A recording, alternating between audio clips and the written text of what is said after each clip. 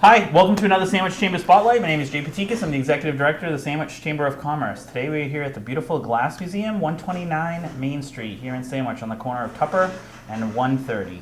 We're here with Dorothy today. We're here to talk about the new exhibit. I know it's got a long title. I'm not going to try to attempt it. I know it's Marble Mania, but we're going to talk a little bit about it. But what is the full title? Marble Mania, From Agates to Zebras. Oh, okay. Well, talk to us a little bit about this exhibit. I know we saw some children already working on their marble displays. So talk to us a little bit about the origins of this exhibit. Well, the marbles are a toy that have been in use since ancient times. And the exhibit kind of focuses on what was happening in the 19th and the 20th centuries and what's happening today in the marble world.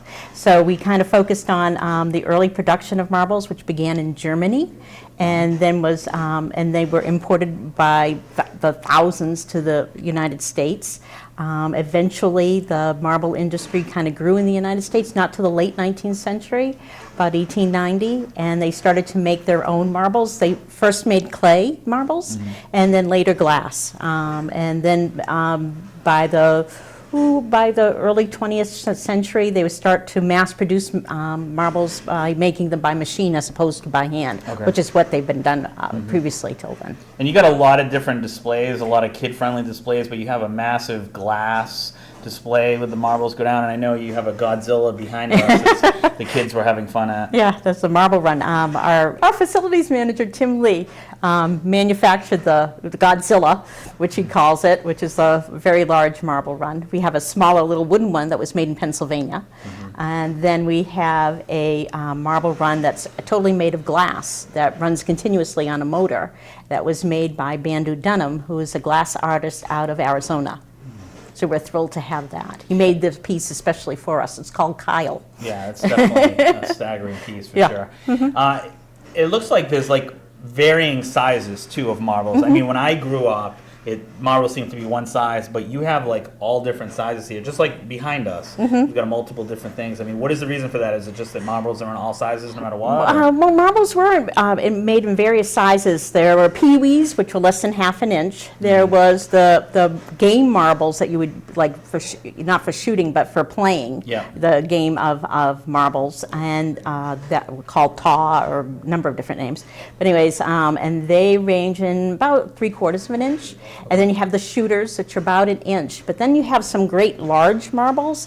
And funnily, just curiously, we found an advertisement for them in 1895, German marbles, large marbles, that they called for babies. So why, I don't know, maybe for teething. They would be too large maybe to swallow, so possibly for teething, possibly, to keep them amused. But so found them for babies. Why? I don't know. and marbles are like an international game. It's something that even during the Great Depression, when nobody had any money, they would play marble. They would play with their marbles. Every kid had them. Yeah, they were inexpensive. For a penny or two, you could get a lot of marbles, especially once they started to be machine made in the United States. And then they started marble tournaments in the 1920s, and they continue on today. And so, so the really height of the marbles, the game of marbles basically, was probably in the 20s, the 30s, and the 40s, up until, say, World War II. And then after World War II, we started to see a great deal of marbles coming from Japan and China after that. And so it kind of killed the American industry. But there's still several glass-making houses that make marbles specifically. Yeah, you're representing some of them in this display. But then not even these. They're made commercially, and they're used in things like aerosol cans, where you shake them up and you hear them. There's something that's a marble in there, or they make a lot of clear marbles for using in flower arrangements and all that too. And then represented in the exhibit, which is really exciting too, is we have a number of glass artists who Fritz Lowenstein, who the marbles that we are behind us, Fritz Glass, which is in Dennisport, Mass, so a local guy, and he's known for his art glass marbles. We also have Billy Mayer, who works out of the glass studio in Cape Cod, which is in East Sandwich, and he makes, again, kind of art glass marbles. And so we do have a representation of the current marble makers in the area, as well as nationwide too. We have a small selection. Well, and one of the things I liked is you even had like my childhood toys that Yes. we use marbles. I know there's one display over here that we'll show later, but it's pretty interesting going back in history and seeing how we as children used marbles. Our age would be Hungry Hungry Hippos, Aggravation, also pinball machines. Yeah. They would have the marbles in there, and all made commercially in the United States. And one of the big games was Chinese checkers, Yeah. and that started in probably the 30s, late 20s and the 30s. And so we have a whole variety of Chinese checkerboards, which are kind of fun. So we've got Marble Mania. We've got it conducive to children of all ages. Yes. As we've seen, kids are having a ball with the wooden structures we have here. We've got all different kinds of representation of marble sizes, all different kinds of displays. Anything we're missing that you wanted to get out as far as this exhibit goes? I know it's running till March. It's running till the end of March, actually April 3rd, and Okay. that's that weekend, and which is something we don't normally do, but we thought it was strong enough that it'd be fun to keep it going, especially during school vacation weeks and all that type of thing. Well, just seeing the kids that were in here today that the parents had to drag out because they were too busy playing with the marbles, that's a good sign that this exhibit's going to work very well for you guys. Oh, thank you. Great. Awesome. Well, we're here today at the spell it out for me, Marble Mania. And Marble Mania, from agates to zebras. Agates were a stone marble, but one of the first that were manufactured. Zebra is a black and white marble. Oh, great. Yeah. And here at the Glass Museum. Have a great day.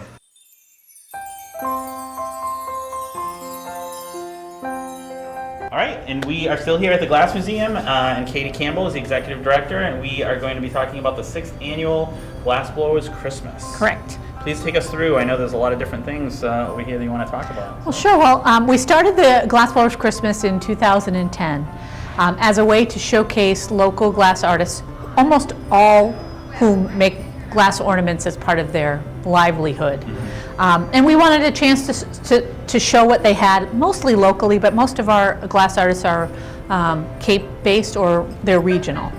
And it's just sort of grown since then. We started out with I don't know how many trees, and now we're up to 13 trees, and each artist has their own tree, and it's kind of juried, not really informally juried, I guess I should say. So artists submit what they want to do for us, and we say yes, you're in, no, you're in. Yep. We'll take most really great artists. But anyway, so each artist has a tree, and they do whatever they want in terms of a holiday ornament. And one of the things that we found is that people buy ornaments all year round. Really? So it's kind of it's a collecting thing, but it's also, people don't typically always have Christmas or associate them with Christmas. The ornaments they hang them from a mantle, they hang them from a window.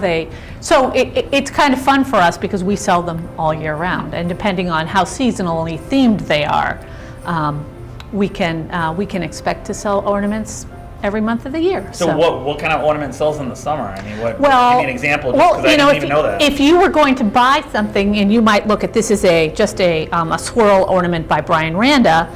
I mean, yes, it's Christmas colors, but it doesn't. I mean, there's nothing about it that says this has to be a Christmas ornament. It's just a piece of glass art, which is, basically the bottom line. All of this is glass art. Some of it is more seasonal, as I said. So you might not put, say, a snowman head up in July, but you might if you collect snowmen or whatever.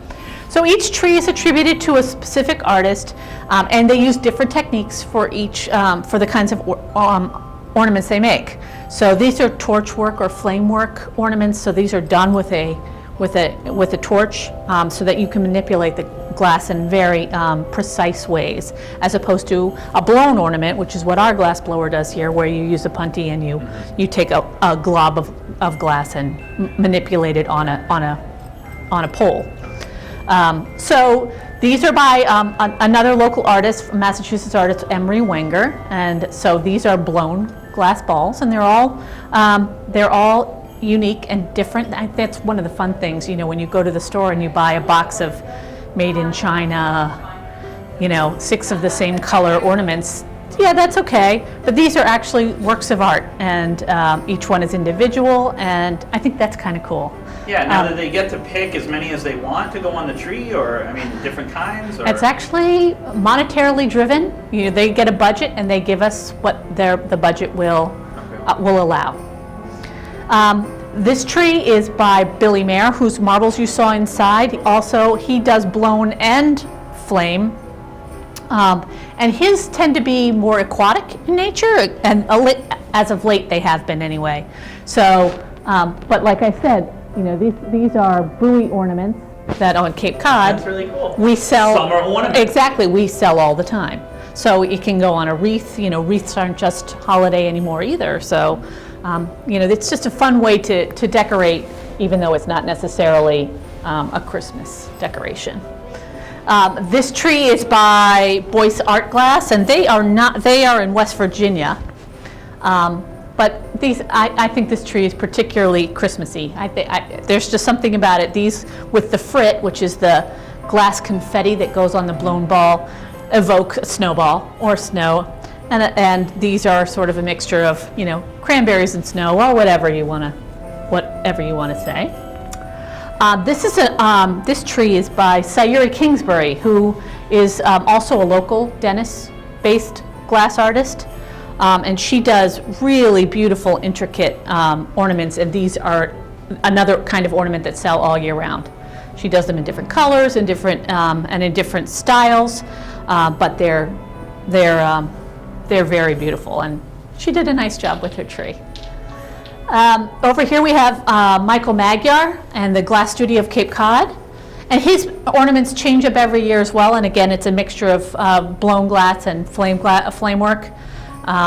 New this year is our peppermint swirl ornaments, which I think are really kind of fun. And then some that are more familiar to Michael are his seashells and his stars. So people who collect Michael Magyar glass, this is a great way to add to your collection without breaking your budget. This is Federici, which does I don't know what this technique is called, I'm sorry to say, but I just think it's very beautiful. It's sort of reminiscent of carnival glass. It's cool, it's And very colorful. It's very colorful and it's iridescent. So that it sort of gives you a really nice glow to your tree. And then this one is Chris Below, who's based out of Rhode Island. And he's been experimenting with different kinds of ornaments of late.